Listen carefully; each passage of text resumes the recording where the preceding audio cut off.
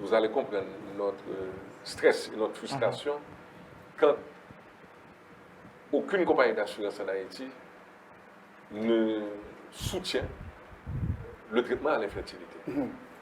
Je disais 4%, pour toi c'est zéro. Pour moi, c'est 0%. C'est zéro. C'est 0%. On ne soutient pas ça.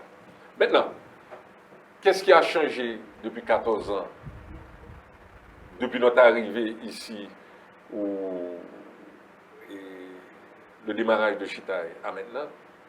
Je vais te dire, je suis un petit peu Sceptique. très sceptique. Ça, Pas je vais- sceptique. Je vais dire, je suis un peu stressé, un peu déçu, parce qu'au départ, il y a un ami de Chitaï, Christian Farel, quand il est venu nous voir, il a été fasciné par notre modèle où on avait démarré notre modèle en une société anonyme, où on avait inclus à la fois Avec les étudiants. pas des étudiants, mais des jeunes médecins qui ont été des anciens étudiants. Et à ce moment, on s'est rendu compte que le modèle de travail en équipe, de travail en groupe, c'était indispensable pour la réussite dans le domaine médical. On nous a invités, mes collègues et moi, à participer à beaucoup de causeries où il fallait participer, discuter, inviter les uns et les autres. Messieurs, travailler en équipe, nous n'avons réussi à convaincre personne. Nous n'avons réussi, Valérie, à convaincre personne à travailler en équipe.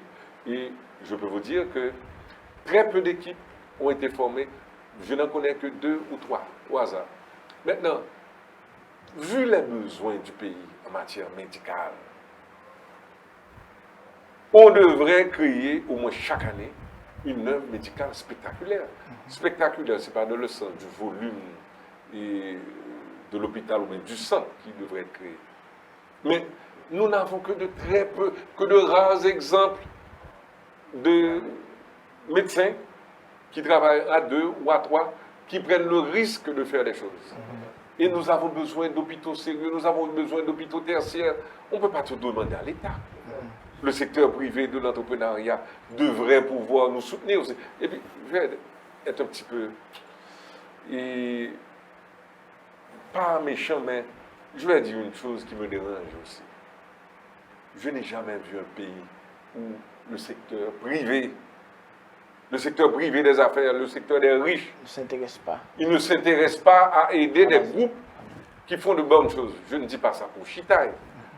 Mais ce qui veut dire que moi, j'ai passé du temps aux États-Unis, où vous voyez, dans un hôpital, il y a un pavillon de ceci, pavillon de X, de Y, de personnes riches.